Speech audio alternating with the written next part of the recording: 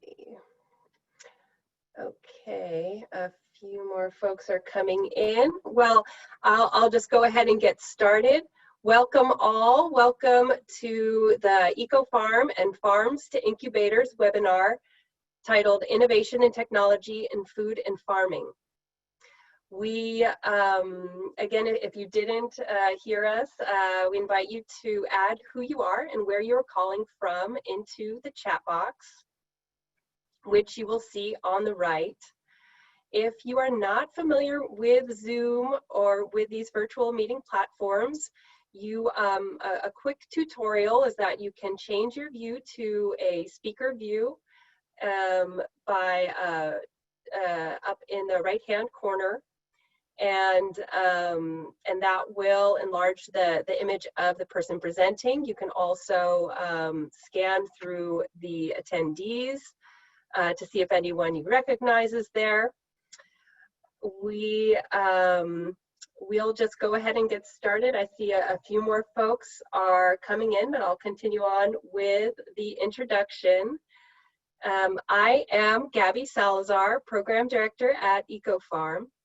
EcoFarm's mission is to nurture just and ecologically sustainable farms and food systems through education, alliance building, celebration, and advocacy. We are based in Santa Cruz, California, and host the annual EcoFarm Conference each January in Pacific Grove, California. We have launched this Dirt First Conversation series in response to the COVID pandemic in order to foster connection and information sharing through this difficult time. We are excited to work with Amy Wu to bring this session to you and to highlight innovations in technology and the work of women leaders in ag tech. So I will just go ahead and introduce Amy. Amy truly designed this session.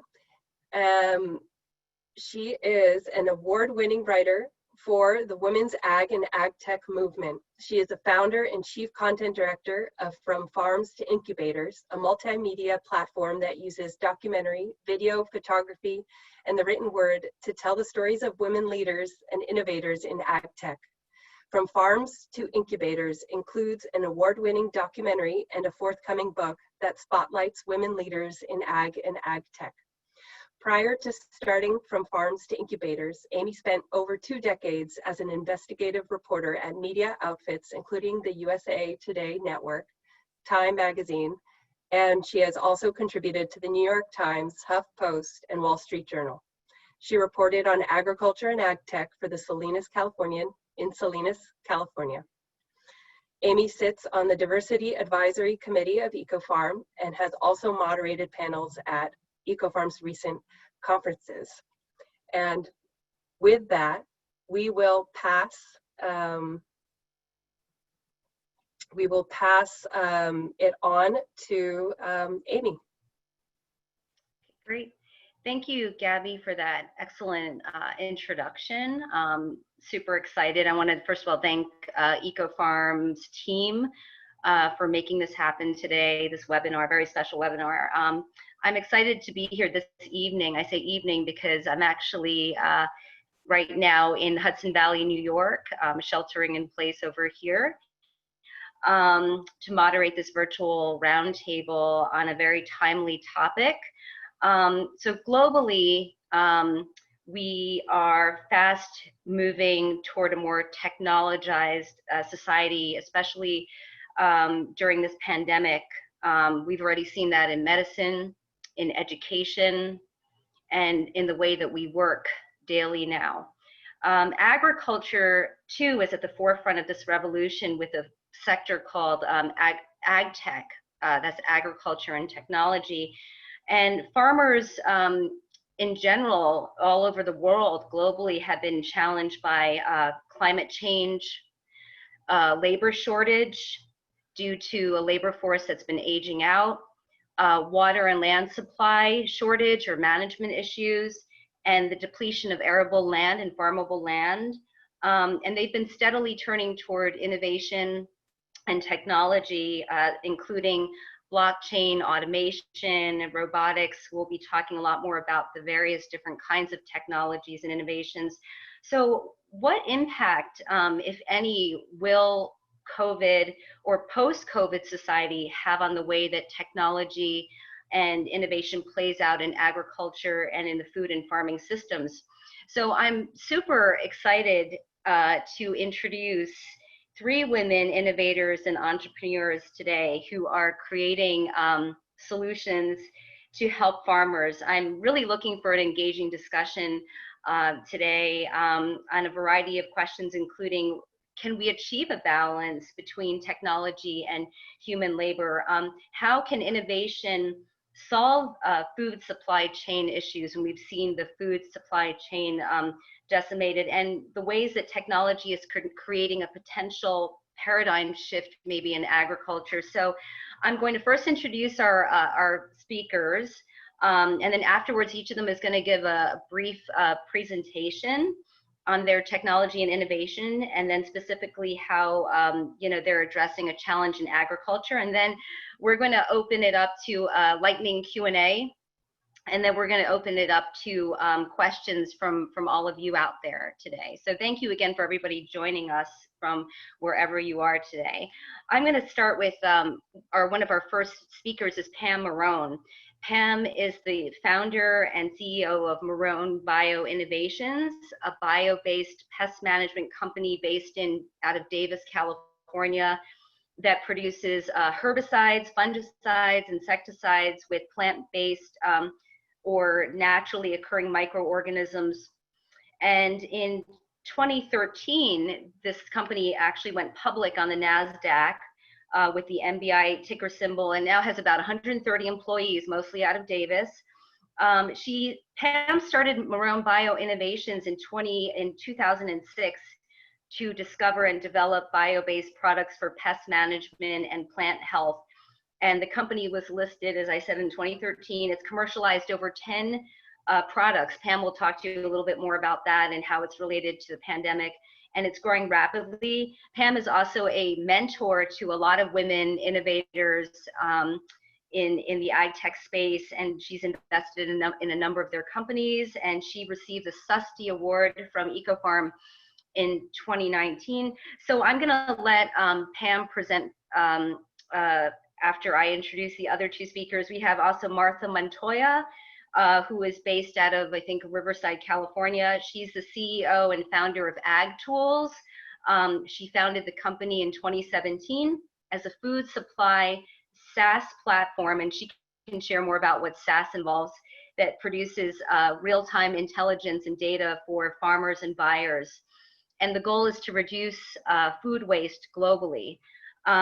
So they look at like 75 different market variables, from weather to transportation to politics, over 500 different commodities. Wow, that's an amazing amount of commodities. And then the company has about 14 employees throughout Latin America and the US and so forth. Our third speaker, last but not least, is Penelope Nagle. And Penelope is a 9th generation farmer and the chief operating officer and co-founder of Persistence Data Mining Inc. They're based out of San Diego, California. I see palm trees back there. And PDMI is a private company that uses hyperspectral imaging for the collection of soil data and soil texture, including soil texture. The company has developed algorithms that estimate nutrient availability based on hyperspectral data, and that's key to determining the nutrients in the soil. And Penelope is also, one of her hobbies happens to be open water swimming, which is my hobby as well. Anyway, that's a little bit of everybody, and they can share more about themselves. So we're gonna start with Pam. Okay. Oh, I'm unmuted. Okay. And I'm going to share my screen. So if that's possible. Okay. So the host can re-enable that if that's okay. There we go. Okay. Looks good.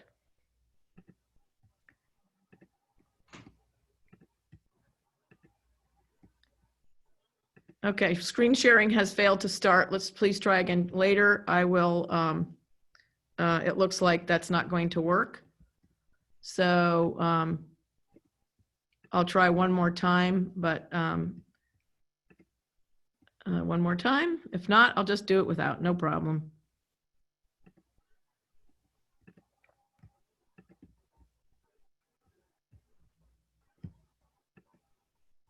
There we go. There we go. Okay. So, you know, it's a really, really good time. Is it okay? You see it? Yep. Okay. It's a really great time to be an entrepreneur. Yeah, it looks great. Right now. There's, you know, this ag tech seems to have really been a great place for women entrepreneurs. Every week, I know a new woman who starts up a company. I just learned of a new one this week who has a better way to use AI to diagnose plant diseases. So there's lots of startups from farm to fork, going from improved seeds, ag inputs, like I'll talk a little bit about, big data, robots and precision farming, and using insects. Even I know a woman, Virginia Emery from Beta Hatch, who just raised another $3 million for using insect protein for animal feed. And of course, plant-based proteins are really hot right now. Why is there so much startup activity? Because investors are investing a lot of money and they're realizing they can make money. Just this week, Appeal, a company named Appeal, raised $250 million and is valued at $1 billion for a natural coating that you put on fruit to reduce food waste. So it's just amazing the kind of money that's going into this sector. Now, in my world, pesticides, and especially in California where I live, California just banned chlorpyrifos, a toxic insecticide. There's always something going on. And just this week, Europe announced a Green New Deal that is targeting to reduce pesticides by 50% by 2030 and to increase organic farming by 30% by 2030. Mexico announced they're going to phase out glyphosate, which was pretty shocking to the industry, and then was going to adopt the principles of agroecology. Now that's a fantastic term, but I don't usually hear some government minister talking about it. And then India announced and shocked the pesticide industry by announcing a ban on 27 chemicals. So it's never a dull world in my world. So I focus not on the chemical side, but on the biological side. So we take naturally occurring microbes and deploy them, or extracts of plants, could be plant-based or microbe-based, and deploy them as crop protection, bioprotection products, or to stimulate crop growth, or to reduce crop stress, or to provide crop nutrition. And so all three of these are growing very fast. Good to know that conventional growers are adopting biologicals at a rapid rate. Organic farmers start with healthy soil and focus on soil health, which means a healthier plant. So like to use fewer inputs. They do sometimes need inputs, so they will buy inputs, but for the most part, the principles of organic farming are to not use purchased inputs and try to get away with not using as many as possible by focusing on soil health and plant health. But conventional growers who have typically been chemical intensive are adopting these, and that's good to know because they offer higher yields and quality than chemicals alone. You can spray right up to harvest, not worry about residues. You have better worker safety, get into the field faster with labor management, tough labor issues these days, soft on beneficials, and so forth. And so the food buyers, the food companies and investors are increasingly talking about ESG, or environmental, social, and governance, and wanting to address consumers concerned about transparency and how their food is produced. And so biologicals can address a number of the issues for both the food companies as well as being imposed upon sustainability metrics and programs being imposed upon farmers, as well as investors demanding companies to become more socially responsible and environmentally responsible.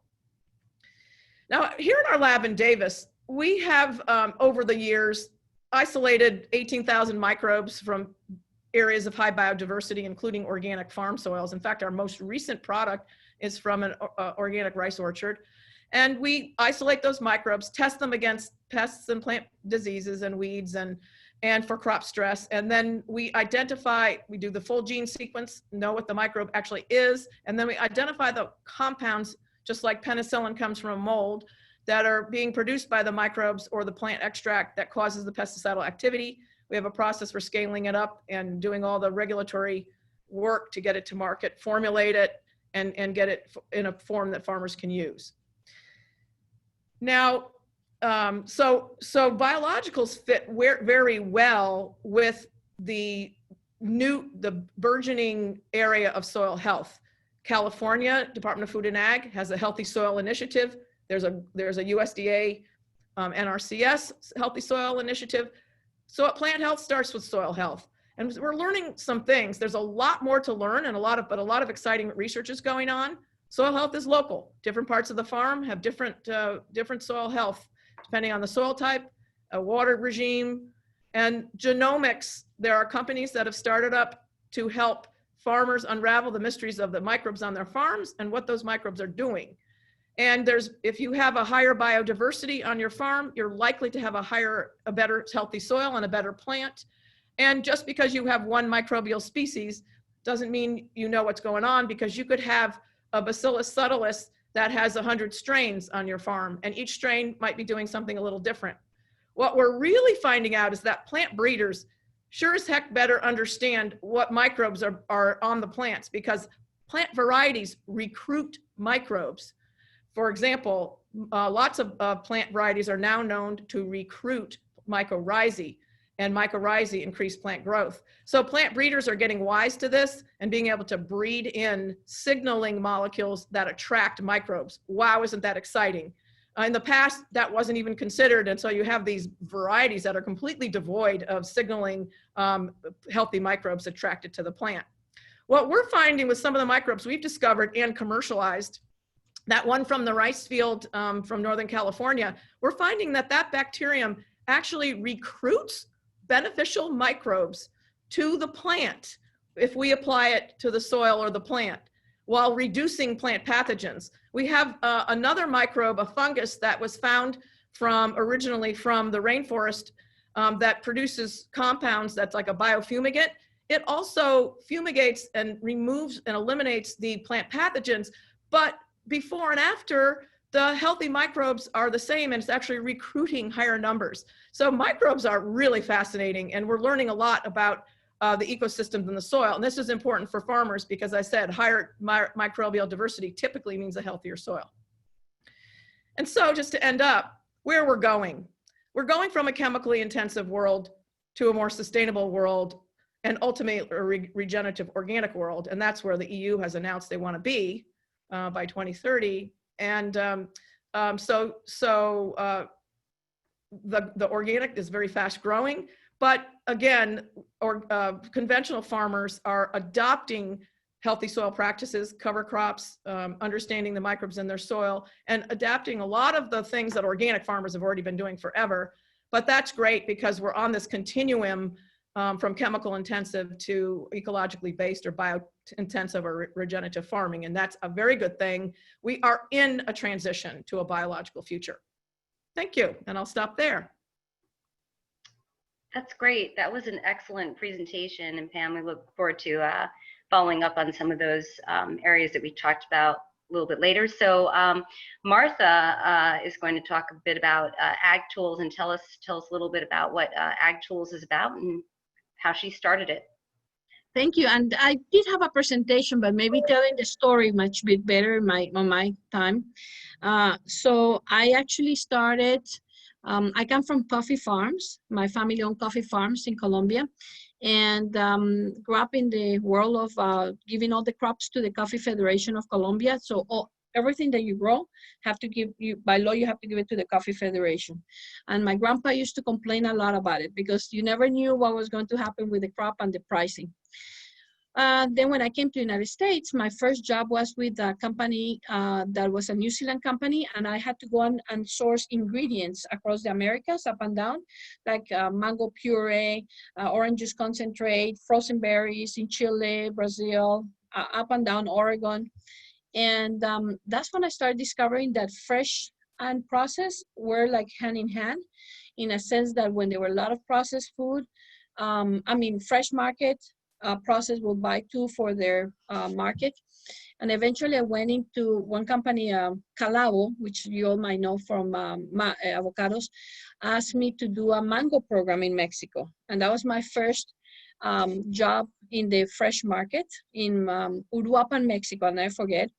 And I learned fast the industry, and I started traveling the world. And I always tell people that you can name the crop.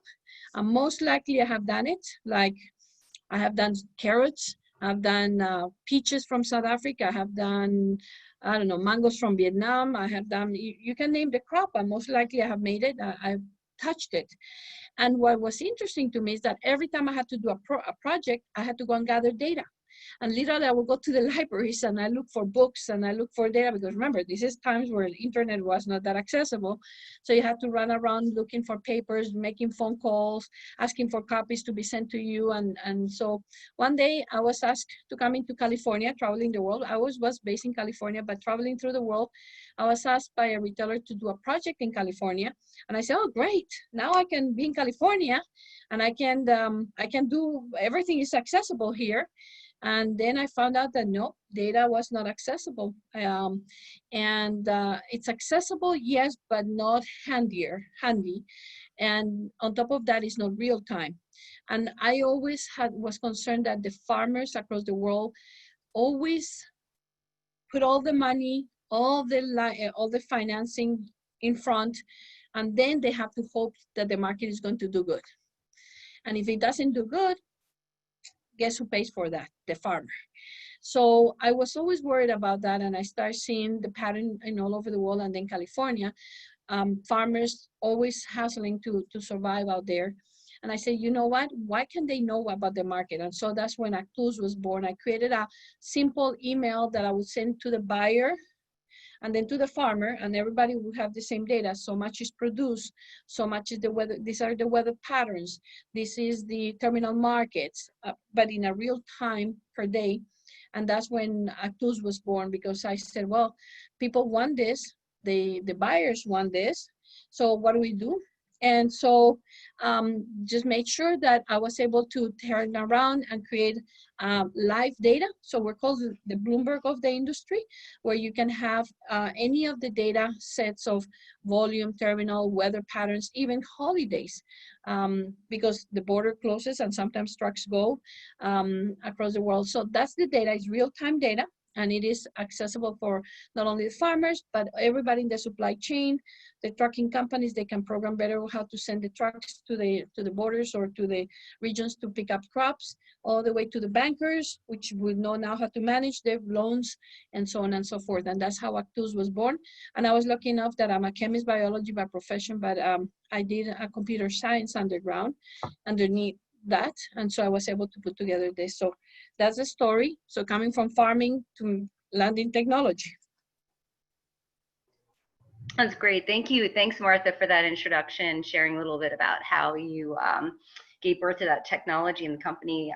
So Penelope is going to share a little bit more about her the technology and innovation, also where her agriculture background comes into play with it too. Hi, everyone. I'm Penelope Nagle. I'm a ninth generation farmer out of Illinois. I was born and raised in California. And as Amy mentioned, I am an open water swimmer. I'm also co-founder and Ceo of Persistence Data Mining, where we're actually using physics to replace chemistry to map the nutrients in the soil. If you guys could open it up, I'll do a share screen and just run through some information.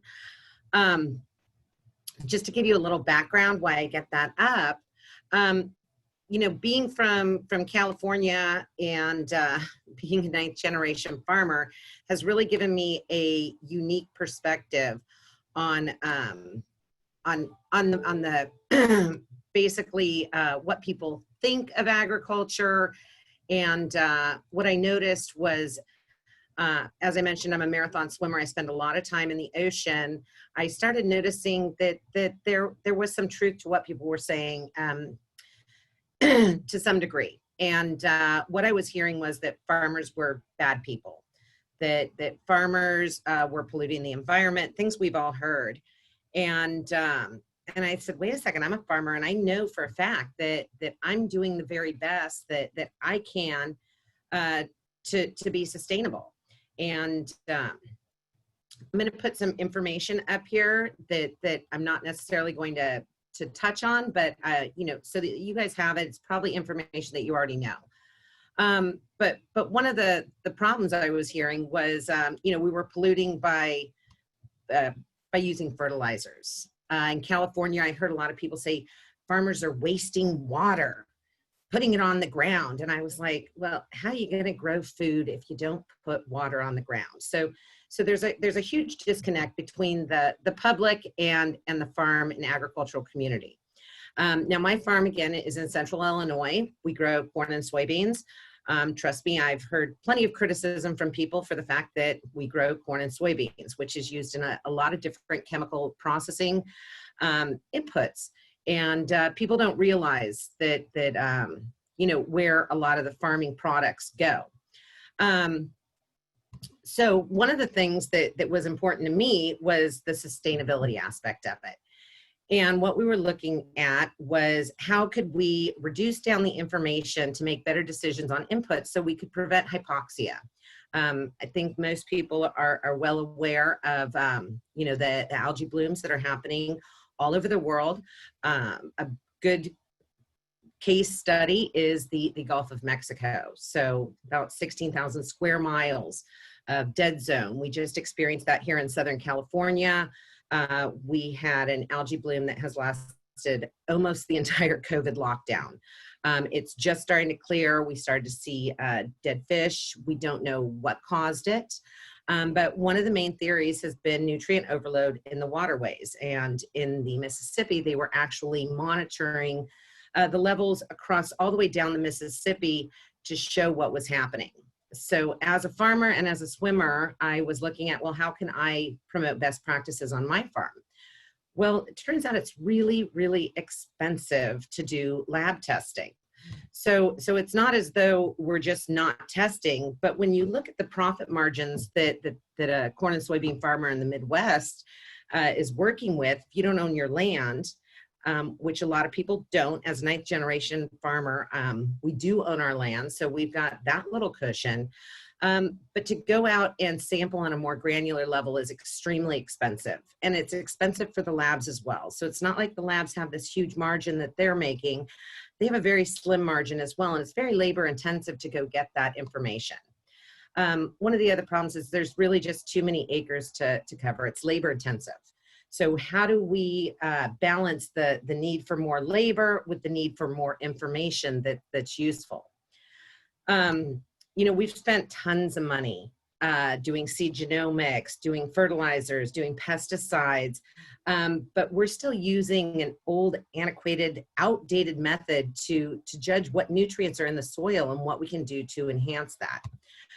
So as I mentioned, the number one issue for farmers is that it's too expensive. So generally we do it every 2.5 acres to 4 acres, but that's just not granular enough information. Now, if we increase the granularity, what we find is there's huge anomalies. And I think Pam mentioned this, across a field, there's huge differences. So if I take a sample from the very center, everything looks good, but turns out that I've got way too much in some areas, not enough in others. And that's going to result in reduced yields. So by testing on a more granular level, the University of Nebraska discovered that we could decrease inputs by 15% and increase yields by 13%, which is part of the sustainability goals of the 50-50-70 rule. If nobody's heard of that, it's basically by 2050, we need to increase the food supply by 50%, while working with 70% less inputs. Now, how do we accomplish that? By being more efficient. So what we've done is we've created a system where we can scan.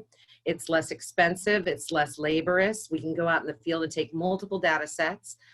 We can integrate that information into a John Deere variable rate spreader or sprayer so that they can put the exact nutrients where they belong.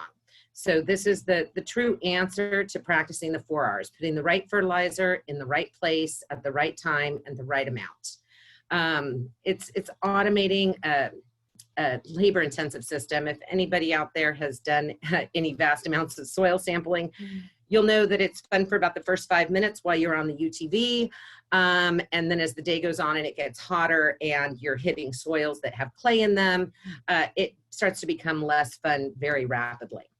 So what we're doing is we're working in a number of states. We've just started working more in the Pacific Northwest as well. We've gotten support from the Ohio Soy Council, the UN Development Program. We recently won the R&D 100 award. And, you know, basically we're trying to work with farmers as well as a number of other individuals in order to bring this to market. So this is kind of the base cornerstone. Some other companies have tried to achieve this. And one of the problems that they found was that they were having a hard time going from field to field and using the same algorithms. So what we did is we took those variables and we're able to build those into our algorithms so that we can go from the South to the Midwest to the Pacific Northwest to India to Canada and get good, reliable data that's well within the margin of error that the labs are currently working with. So we're pretty excited. We're actually doing a soft rollout this spring. Unfortunately, due to the COVID-19, we're not able to get out in the field with as many farmers as we were hoping. So we're working in specific geographic areas like Illinois, where my farm is, Ohio, where we've gotten support from the Soy Council, and the Pacific Northwest, where we've been doing a lot of test studies. So I hope that you're all practicing the 4 R's and enjoying agriculture. I know it's a tough call out there right now. And with profits being what they are, I just watched the market go down on both corn and soybeans for a substantial amount. And, you know, I'm just hoping that people are able to pull through the market differentiations and that we'll be able to be there to help them with the cost side, so that they can produce more with less and not have to pay the difference in the cost to do so. So thanks. Thank you, Penelope. And, you know, thanks for all our presenters so far for sharing a bit about your story and a combination of story and innovation. I'm going to jump right into our lightning Q&A. And I'm going to take off from where Penelope took off a bit about COVID-19 and the impact. So I'm going to ask the question, and I would like to give a chance for each of the speakers to chime in and to answer a bit with their perspective here. So you talked a lot during your presentations, obviously, about your innovation and the problems that it addresses, including really big picture things like climate change. But so for the past few months, globally, everybody has been affected and impacted by the pandemic. You know, every industry, every company. So how has business, first of all, the business part changed for you? And also, how has the innovation potentially had to change too with what you're working with? So you can just unmute yourselves. I'll start if you want me to. Yep, Pam, that'd be great. So clearly there's a perturbation in the supply chain because of the fact that food service was way down, but everyone was running to the supermarkets. So what we see with our customer mix is that the grower suppliers is that organic produce is way up, and we do play in that field, so that's been good. But at the same time, leafy greens, conventional leafy greens are down by about 15% in acres. Potato processing, as you know, not as much processing potatoes going to food service. So those acres are down by about 15%, but fresh market is robust. Everyone I talk to, big growers, big processors, are trying to adapt. And like, for example, the largest cheese producer in California, a very big operation, usually gives these big blocks of cheese to food service. Well, he was able to cut them into smaller quantities and send them to retail. but everyone has to grapple with health and safety. That is job number one. And there's a hot spot in Southern California with meat processing and food processing plants with a lot of cases. And so that is where everyone is, it takes a lot of work. If you're, I talked to one of our customers who has a canning, stone fruit canning process. He has 1,000 workers and 4,000 in the season. Now, how do you social distance all of those? Wow, big challenges. So that's what we're seeing right now. I would say that C19 is going to be an interesting before and after. I used to say to people that I've lived earthquakes, I've lived strikes, I actually lived wars, literally shipping mangoes in the middle of a war, or having the same mangoes arrive here in an earthquake in California.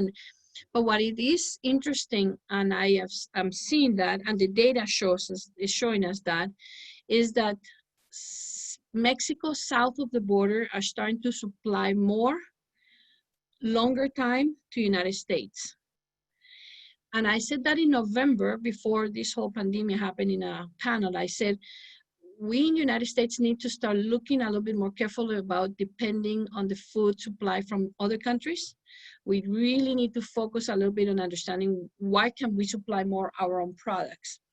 But a couple days ago, we pulled out the data for a couple of our large customers, and it shows that now their longer season provided by Argentina, Chile, Peru, Mexico into ourselves. So it's going to mark that, and you can see the countries in Latin America starting to push a lot of more investment into farming, preparing for the growth in the United States. So that's my only concern here, not because I'm from Latin America, but at the end of the day, the best thing we can do is have our own food supply. But the regulations, the labor issues, that's going to give us a little bit of a pain in order to maintain the competitiveness across the world and for ourselves. Great. Penelope? Has a Oh, there we go. pandemic changed your business or the actual innovation anyway? So with the innovation, since we were slated for a soft rollout, obviously travel restrictions have been placed. So traveling, I've got fields, specialty crop fields in Illinois. I had left there on the 18th of March. They shut down San Diego after that, and I've not traveled back. Workers are concerned. We don't know what's going to go on with prices.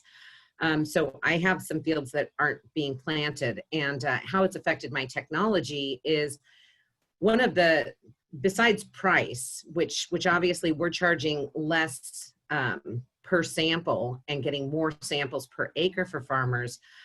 One of the advantages was that we could do it relatively quickly. We could go out into the field, and we just had a lot of flooding and excessive rain in Illinois, and going out and resampling those grounds is sometimes necessary. Unfortunately, because of travel restrictions, instead of driving all over the country, right now we're asking people to mail us the samples.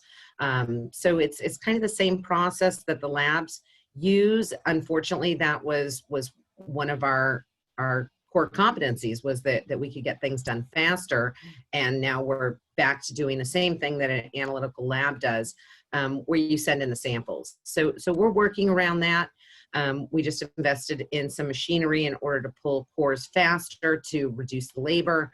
Again, unfortunately, if we're not there, we can't go and run these fields, but we're working around it, and we're hoping, like I said, because we had the soft rollout coming, we're going to use this, work in the lab, and help make the algorithms better by sourcing samples from all over the place. So it's just a little bit different process, but we're still moving forward. On the grower side, the prices are terrible right now. I haven't looked at them today, but with shipping food, we ship corn and soybeans all over the world, and so that's a huge commodities market, and it's definitely being affected. We're seeing that. I know that if you order steak, it's $2 more than the menu price now.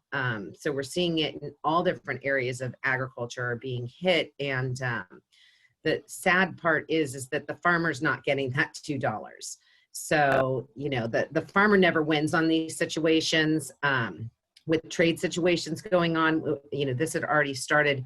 The oil market is terribly down. We would think that corn and ethanol production would be increasing, but unfortunately that was already on the downside, and oil's just too cheap. So nobody's going to be, investing in making ethanol when we can take cheap oil from OPEC. So there's a lot of politics, a lot of shipping. There's a lot going on that are affecting farmers, and we're really hoping that whatever politics are going on, that they consider the farmers, because of all the things that I needed to stock up on, it really wasn't toilet paper or cars or any of those things. It was food in my refrigerator to make sure that my family was okay.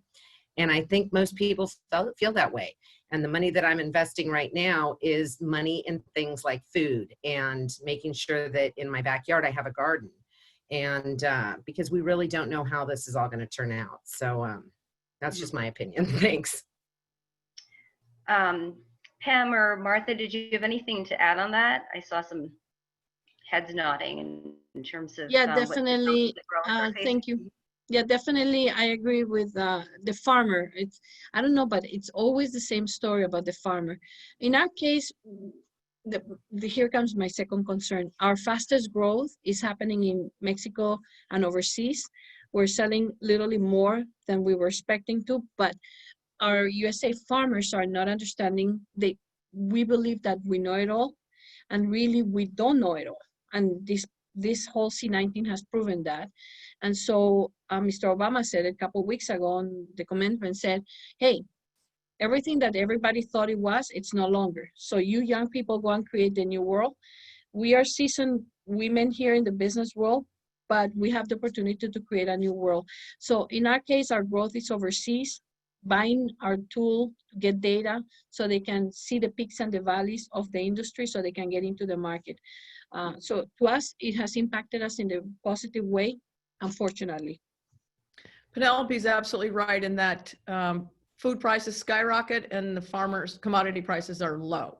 And so we're really looking closely at commodity prices because almonds is usually pretty stable, but the prices are going down now. Although that's a not a perishable one, so but there's a lot of acres out there. So we keep looking at the different commodities prices, but farmers always do get the short end of the stick on when food prices go up, and food prices are really expensive right now. So that is something we keep an eye on, because when farm commodity prices go down, they don't use as much technology. So that is a big deal. So far, we are not seeing an effect on our sales. And I think it's because farmers need to protect their crops, and so they're still using products, but that may change as they start skimping as prices plummet. Well, this gets into another area question as to what do you think farmers are going to, as we move into the post-COVID society, whatever that is going to look like, what's your forecast, what's your prediction on what farmers are going to need? And are you looking into researching that, or are you going to be perhaps releasing? Are there other opportunities within ag tech to provide solutions for what they're going to, what the sector is going to need in the future? Supply chains are going to have to change. So now centralized, rigid supply chains did not win in this COVID economy, whereas nimble, local, regional food systems with nimble supply chains, ability and agility to adapt, have done better. So there's going to be a lot of McKinsey articles and Harvard Business School articles about supply chains and changing supply chains. I'm willing to bet. So we'll watch that closely. Penelope or Martha, you want to add anything on that?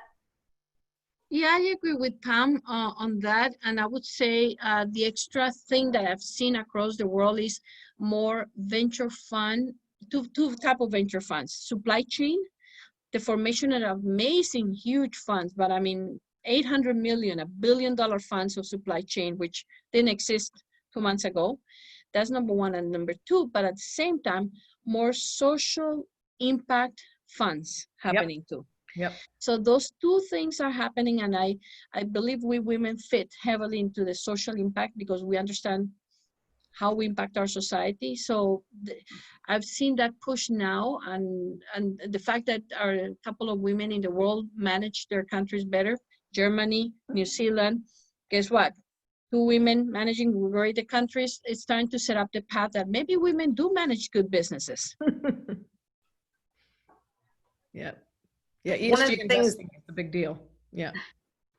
one of the things that came to mind on that question, you know, when we start looking at plants and what we eat and our health, I think the COVID-19 is going to make people really reconsider what they're putting in their bodies. And one of the thoughts that came to mind that we've kind of talked about and is that, you know, there's a lot of people talking about genetically modified organisms. And I like to think that there's also geographically modified organisms. And, you know, looking at, you know, are we getting the nutrition that we need when we're buying food from far away? You know, are those soils, you know, how is the soil impacting the health and the people that are living in that environment when we're not eating food that was grown locally? So I see that as a potential change. And because I work on the nutrient side, one of the things that we've also investigated was deficiency in things like selenium, which helps keep people healthy. It's a micronutrient. Nobody ever tests for it. We've seen a lot of people come up with, you know, arsenic in their soil, cadmium in their soil, just lead in their soil. And, you know, I think we need to start to look at other nutrients that are impacting the microbes that Pam's working on. And, you know, we're an analytics company. We look at that information and how we need to modify our food supply so that people remain healthy. And I think that there's a huge connection between our health and the health of the soil and the health of our food. If the nutrients aren't there in the soil, it's not coming up in the plant, and it's not coming into our bodies. And in my personal opinion, again, just a personal opinion, you know, I shouldn't have to take a multivitamin. It's not as effective, and it just is not the way we're designed to work. And if we're not getting those nutrients because it's not there, how can our population remain healthy?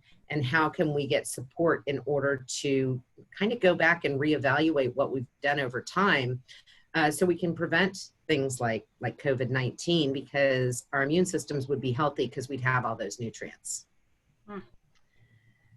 I just want to make a quick comment here on my housekeeping issue is that we're going to be taking the questions in about 10 minutes or so in the chat box. So if you'd like to put your questions in there, we will take them in a little while. So I'm hearing that there's a great importance in terms of the a need for ag tech to help growers, especially, you know, particularly as we move forward. Now, I want to talk about the business side and a bit of the funding now. Is that how's the funding going now? I mean, in other words, are you fundraising? What's your forecast for that? Are there different opportunities? Martha had mentioned social impact funds. What are you seeing in that space in the next year or so? I would say we just finishing our 1 million round, and it has not impacted us. In fact, it has impacted us on the positive side of it. But it was more of an attitude of mine, in a sense that, I mean, we have always shoestring ourselves as women across anything we do. So might as well keep it as it was. I see, like I said, social impact. People there are more millenniums investing in angel techs and venture funds who are like you're saying, Penelope, they are more concerned about what they put in their mouth and their bodies. So they're starting to understand the ecosystems of the balance of funds. And when they see, when I didn't know this, but when you see the statistics of funding, which are so people, small companies make it so slim into the next level of business. And we have done it, all of us here in this panel, and we women don't give up at all. We just make it happen. So I think that we, in our case, we have done very well fundraising in this time of the year because we are acquiring more customers. But on the other hand, it's also the ecosystem starting to change in the world. Pam, did you want to add anything to that? In terms of Yeah, you know, I know a number of women fundraising right now. Some are doing quite well. As I said, Beta Hatch, insect protein, just finished her 3 million Series A. And again, this astonishing one from Appeal for the coating to reduce food waste. I'm seeing deals getting done. The ones that are having the toughest time are the seed rounds. I'm seeing the Series A and later are doing okay. Seed rounds, just getting your first their first investor to lead is a little bit tougher. As what happens in a crisis, I've been through every one of them, the kind of things, 9/11, whatever. And when that happens, the VCs that are invested in you, the VCs that you're looking at are going to be hunkering down and providing money to their own portfolio and doing fewer new rounds with new companies. So that's what I'm seeing right now. So I have one more question on that before we move it to taking questions from the attendees here. But what would your advice be to young people or youth who are interested in the ag tech space? What's your recommendation? Should they be in the long term? What's the prospect of the sector and the contribution to agriculture?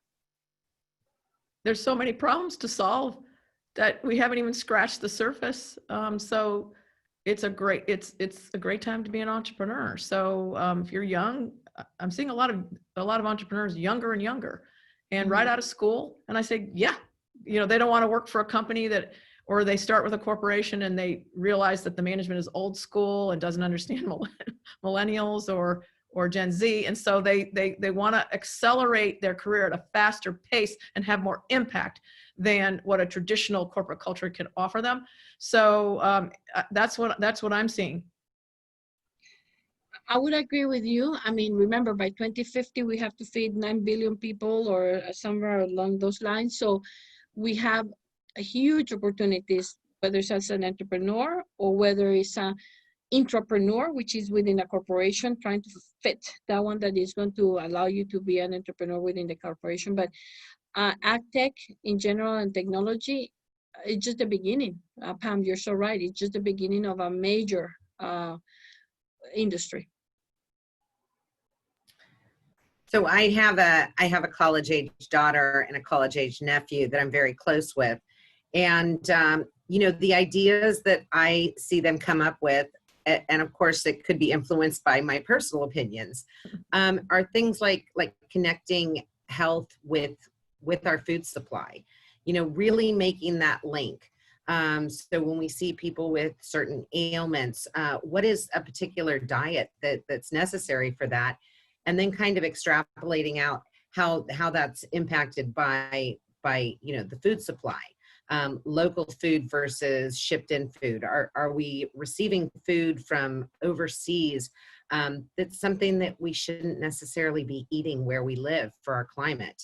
You know, we see that in a lot of places. You know, I think Japan's a great example of, you know, they were basically a fish and rice kind of society, and up we came, you know, westernized with fast food, and all of a sudden obesity is on the rise in those countries because of the geographic impact of eating foods that aren't necessarily good for the soil and good for the people. So you know, I've seen and heard a lot of really great ideas from the young people that I'm around.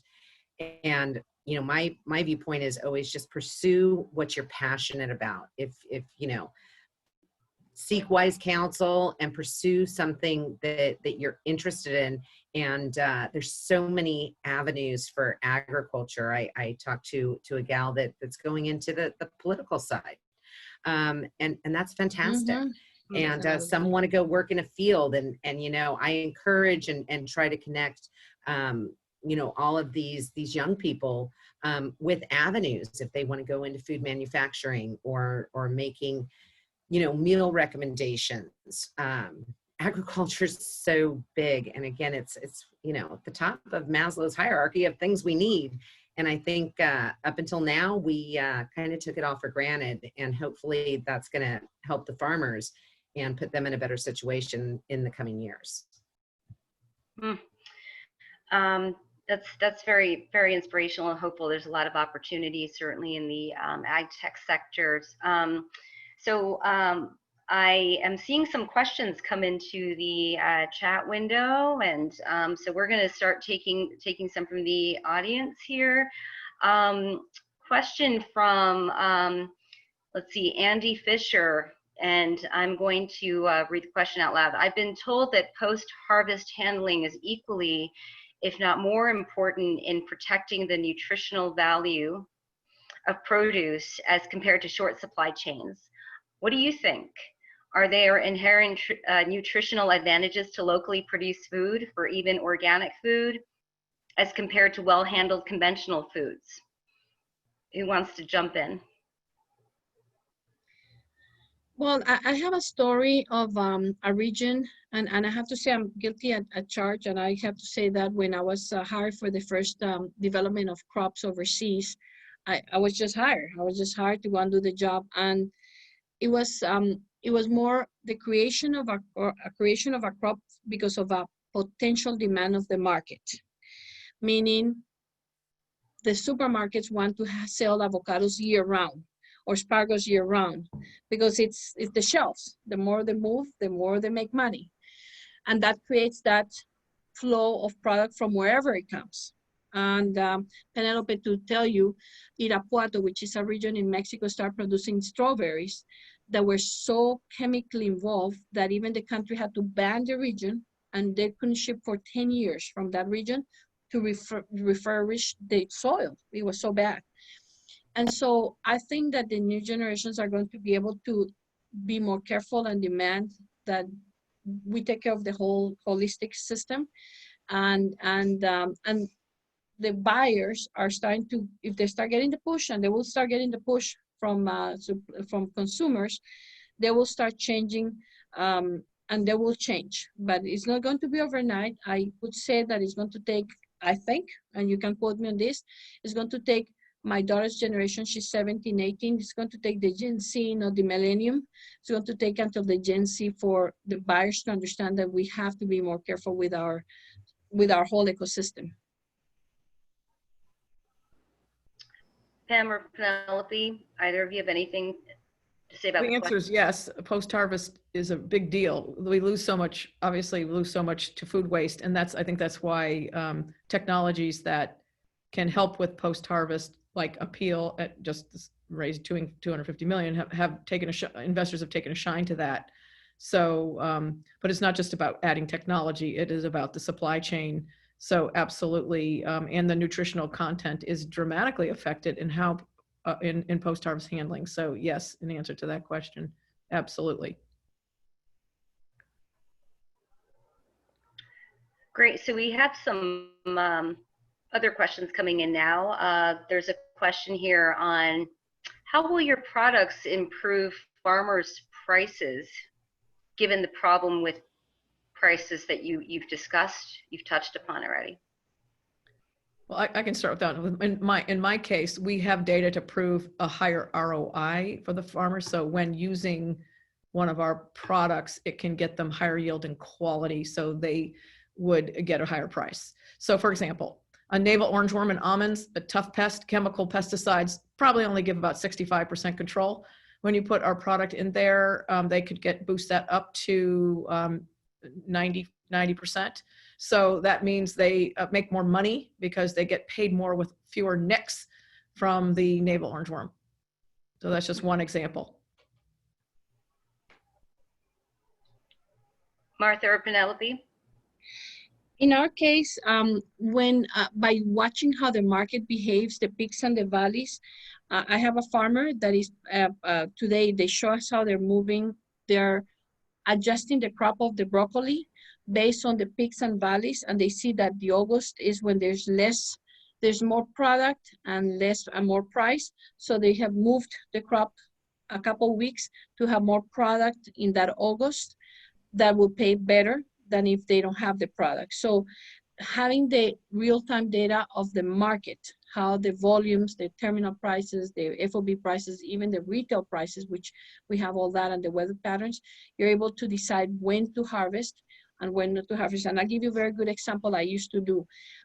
Citrus from Central Valley, navels, we compete with South Africa. So I would keep a real close eye on the weather patterns in Cape Town, because if they had more rain certain time in January and February, the crop would be late. And if they're late, I would push my trees differently. So I would have oranges until May at $40 a box versus $15, $20 a box on April. But if they didn't have the rain, I will manage my crop differently, because I see they will be into the market faster, and therefore I needed to sell before the first week of May. So watching the market is so crucial. There are 67 variables that impact at any time our crops on data of the market. We're like the Bloomberg of the industry. So just keeping an eye on all these 67 variables are crucial.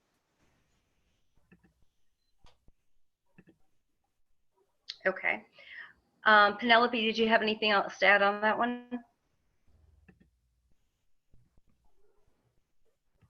If not, it's okay. We've got a lot of questions now coming in. I see them filling up the chat box over here. So there is a question about policy. The question is from Letitia Benador. Okay, how can your business be a part of making the big policy changes we need in order to create a resilient and just food system? For example, land access for farmers of color, commodity prices that do not reflect the true cost of production. So can your business be a part of making the big policy changes we need in order to create a resilient and just food system? I'm happy to jump in. Our company is very involved in initiatives to change the food system. I have a head of sustainability who is involved in that on a number of fronts. You know, our products are themselves lower the carbon footprint compared to chemical pesticides, and also are safer for people in the environment. So, and there's a big issue in pesticides of where more pesticides are sprayed in lower income and minority communities. And so there's a whole social justice issue. So, and our products don't cause that harm. So yeah, we're definitely involved in that. A lot of what we do. Yep. In my case, I go to regulators. Regulators sometimes have a lot of power in some shapes and forms.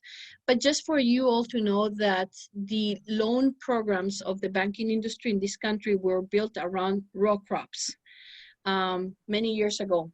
So the Farm Credit Agency programs for the 500 banks that we have around the country are around that thinking. So thousands of acres of wheat, thousands of acres of rice.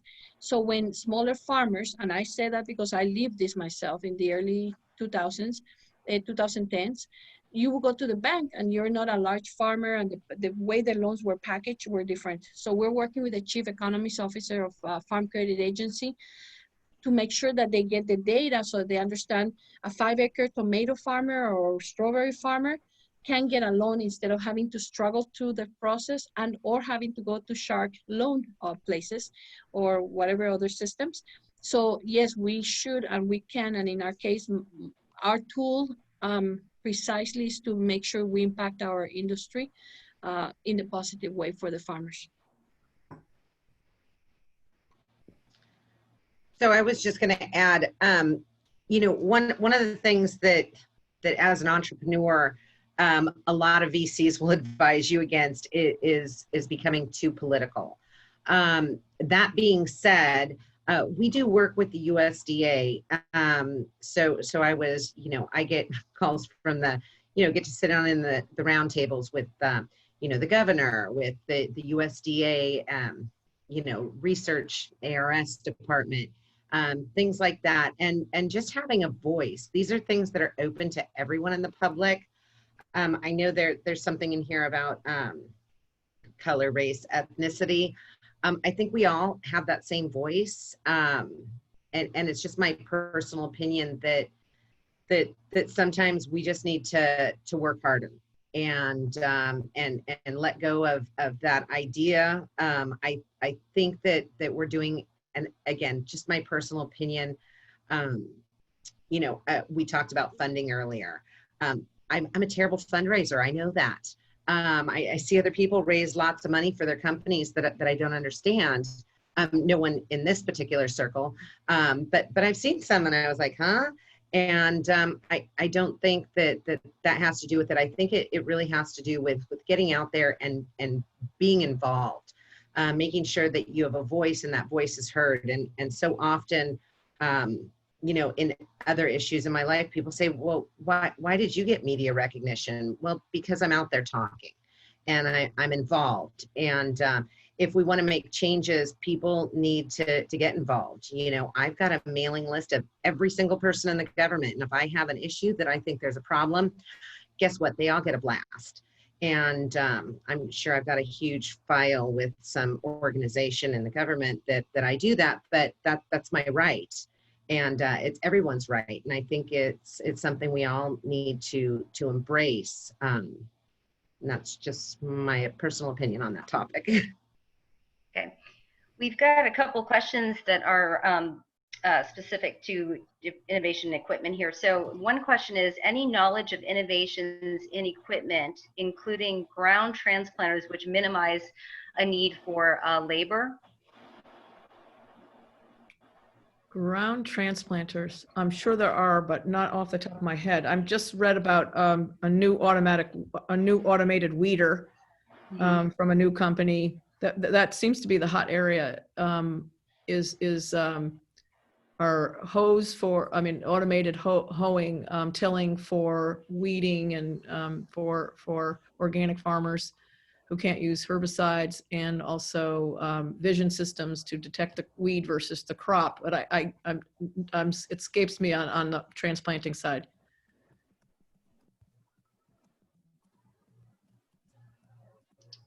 Martha, We're talking from the funding side of it, or from whether it exists? whether it exists, I think, yeah. Well, if it doesn't exist, you should apply for a lot of grants. The one thing that I noticed, and I know because we have gone through the process, is the amount of grants that are now for innovation. We have a secretary, Purdue, pushing a lot of innovation across the country. So grants, definitely get into it. Definitely. Yeah, I've seen a lot of people getting grants. I'm advising a startup in the biocontrol space who has raised from grants close to 500,000, and that's great non-dilutive funding to leverage venture capital. Fantastic way to do it. Okay. There is a question about a couple questions about organic crops here, and okay, this is I think a multi-layered question here, but it's from Curdy Besendine. Why is organic produce so expensive? What are your thoughts about climate change and higher temperatures? And what advice would you give growers about crops to grow if you see a difference of like 2 to 4 degrees higher? I think we'll start there. There's a second part to the question, but I guess I would say that it's there are two parts. Why is organic produce so expensive? I see another question like that. And what are your thoughts about climate change and higher temperatures? And what advice would you give growers about crops to grow due to climate change? So I have a certified organic field. I'm actually relinquishing my certification because it's so expensive to certify it. So growers are trying to recoup the costs. It's about $2,600 a year, plus an immense amount of paperwork in order to certify it. So a lot of people are just saying, you know what, that extra money is not worth the headache. I personally experienced that. Like I said, I am continuing to do organic practices, but I'm not going to certify it organic because the cost, I didn't make enough money last year off the crop to compensate for the cost of just having it certified, not to mention some of the headaches that were involved. As far as organic certification, there's a huge list of chemicals that you can still use. So what we did is we employed, in-a-row cropping, which was providing excess nutrients. We used, organic chicken manure for fertilizer. We employed biocontrol, planting plants that would repel the pests for that particular area. Those are some great techniques. Again, it's very, very labor intensive. So, again, just my personal experience, I'm not going to pay for this certification because I could not recoup the money. Even with the higher cost, the higher price going to market, it didn't really weigh out for us. So, yeah, weed control is the #1 cost of organic production. Farmers can use $5 per acre glyphosate or other herbicides that are really cheap. If you're a conventional grower, you can't do that with organic. And so therefore there's a lot more labor to get rid of the weeds. Also the cost of nitrogen is higher. Can't use, again, synthetics. So that's one of the biggest, those are the two big reasons, #1 and 2. And the cost of certification, I have heard that from others, not as much in specialty crops. You're in row crops, but in specialty crops out here, less so because of the higher prices. So what crops, it all depends on the premium of organic over the conventional. What we're seeing out here is there's a lot, 25% of all leafy greens are organic out here. Those organic salad mixes are very popular with consumers. Also organic vegetables, but the premiums come and go. So it just depends. Whereas nuts, there's just very few acres of organic nuts. So the premiums are quite high. So that's an area where I wish there were more acres of organic. And I would say that I'm going to give you a little bit alert systems here. Mexico had just, after 6 years, gotten the approval to get into the systems of bringing organic from Mexico, and I love South America and Mexico, but when you say organic, I trust USA Organic, okay, because they really have and that's the cost you pay for USA Organic. Everything else in the world, I will question my organic. So, but guess what? They're going to start flooding the market with organic because now they just got approval to go through the border with the codes to be able to code it as organic. So my advocacy would be let's buy more USA Organic. Yeah. And that's all I would say. So one of the interesting things about the tree nut, your land has to have rested for at least 3 years. So for farmers to get into organic, they have 3 years where they can't use anything and they have to regenerate the soil. That's a tough call. I'm hoping that the farm bill that allowed hemp is going to help to regenerate some of the soil. It's a remediation plant. It can heal the soil of chemicals and things like that. That's something we're moving towards, and it's also going to enable people to fix some of the ground and the increase the the organic matter in the soil by growing crops that can help. So. By way of clarification, they can use our products during the 3-year transition because our products are allowed for organic. So they're not based on synthetic chemicals. So Right. Here's another question that came in from Peter Ortiz. Do you see plant-based vegan farming and agriculture gaining traction, especially with the detrimental impact large-scale animal agriculture parentheses factory farms have on climate change, as well as the land and water resources? So on the analytics side, one of the things that we've seen, and everybody talks about carbon. So when we're on the farm, what we talk about is organic matter and how much organic matter is in the soil. And in all honesty, if I could rotate a big herd of cows across my field to fix the land, I would. So I don't see that being really symbiotic with the movement towards regenerative. I've worked on fields and done studies in Oklahoma. These are areas that have been basically, the soil is decimated, completely decimated as a result of oil drilling and the chemicals they put on in order to drill for oil. And what we saw is where there was high impact grazing, the land was healing and there was starting to be organic matter down to about 6 inches. And then when we looked farther down, and this was over a 10-year process, that it was taking that, the animals being on the ground, working nature hand in hand. And, the vegan plant-based farming, I think needs to look at, because then we're moving more towards synthetic chemicals. So now we're not using nitrogen and things like that from cow manure, chicken manure, and things like that. So I really think that how farming is going to evolve is it's going to go back to the ideas. I don't know if anybody's done any farming in Hawaii, but in Hawaii they have up on the hills they have the cows, and the cows do their thing and it runs down the hill onto the crops and it grows the food. And then the fishermen from the sea that are working in that Kolima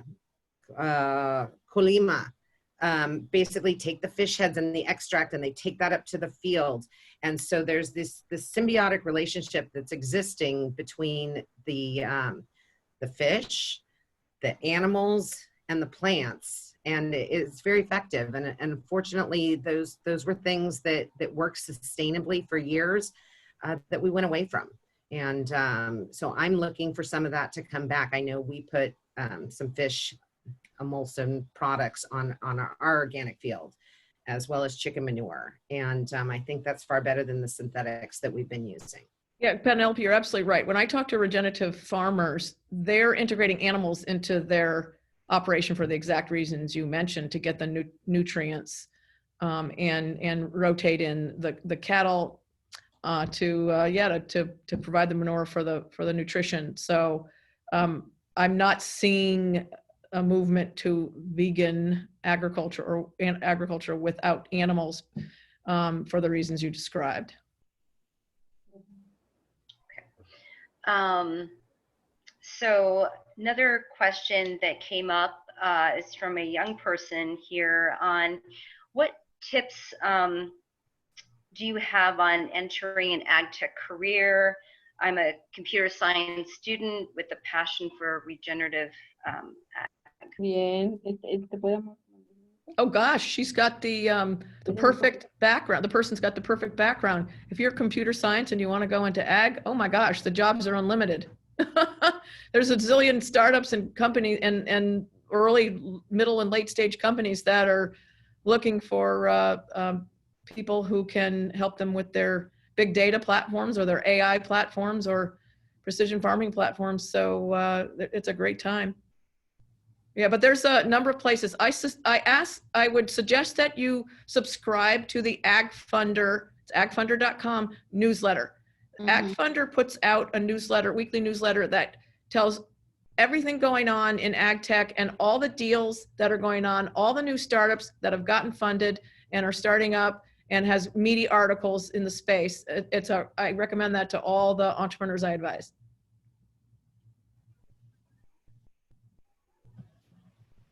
I agree. There's tons of opportunities for computer scientists with all the analytics that we're doing, and connecting the dots. There's a lot of dots, so to speak, out there to connect.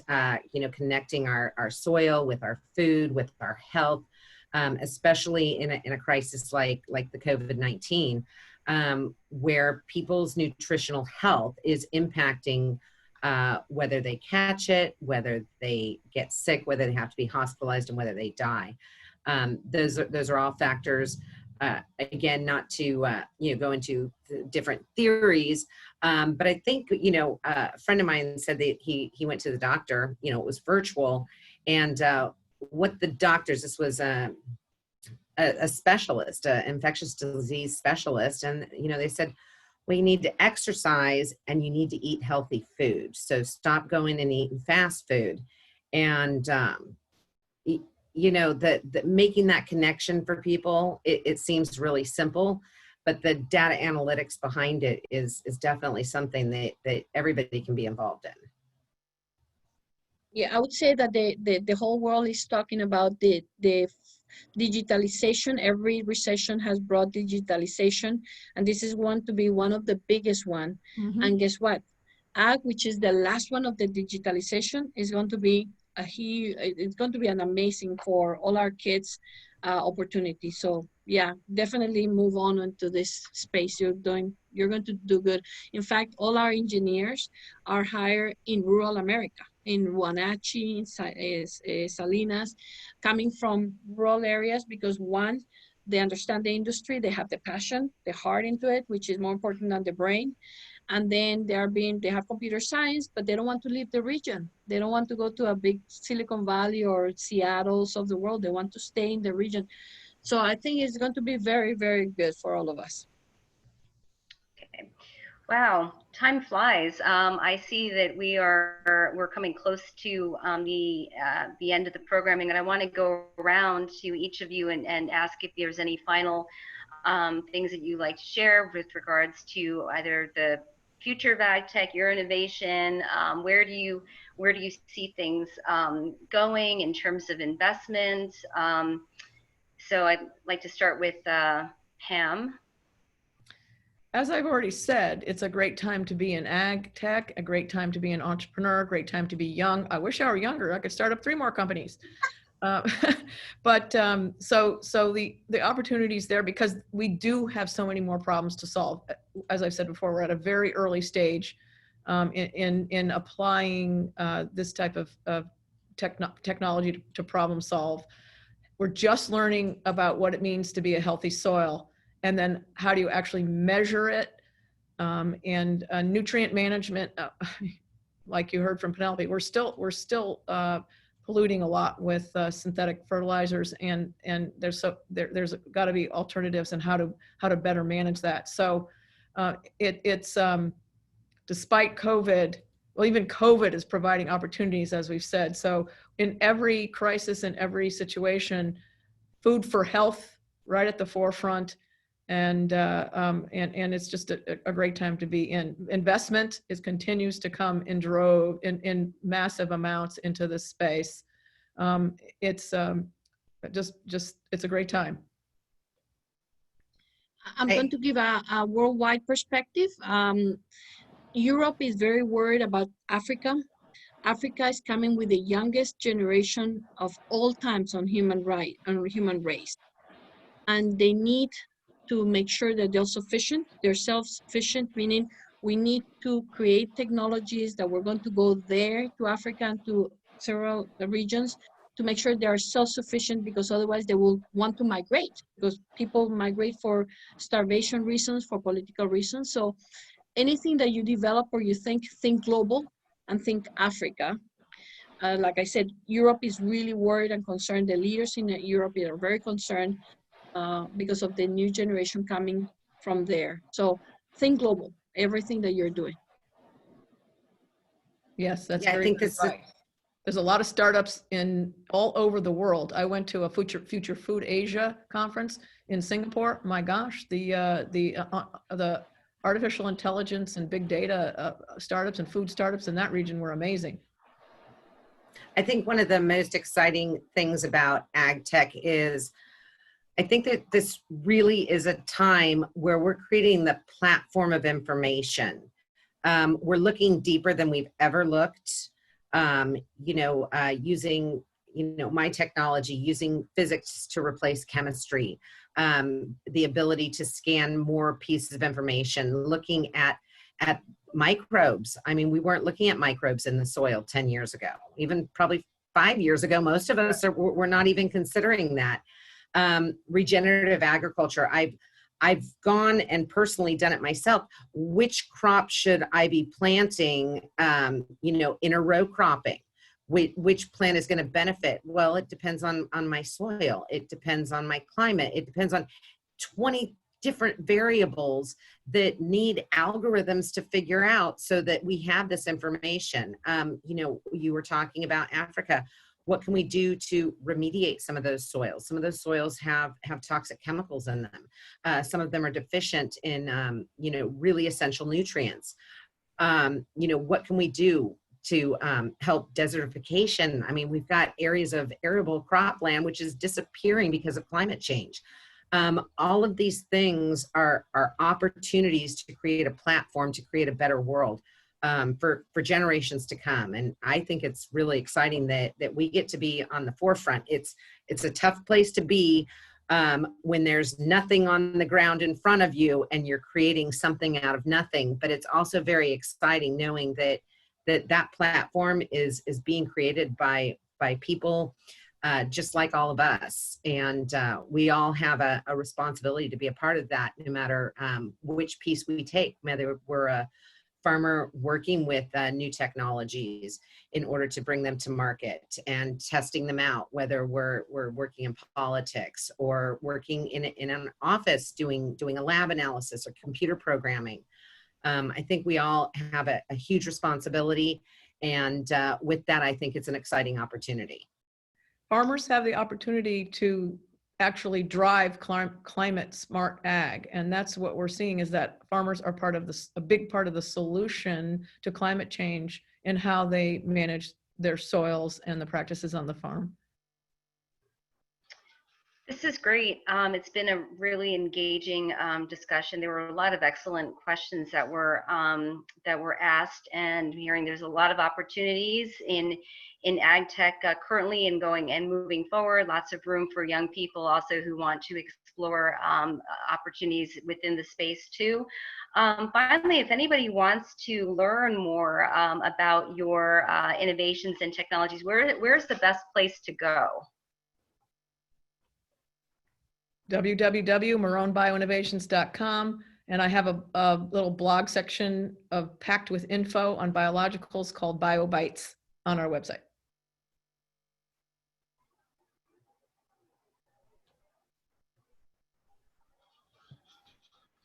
We're at persistencedata.com, and we're currently updating so that the customer portal will quickly be open for doing lab analysis. But I also included my email if anybody's interested in reaching out and going over some information on a little deeper level than what we did as far as the actual science behind what we've created here. Great.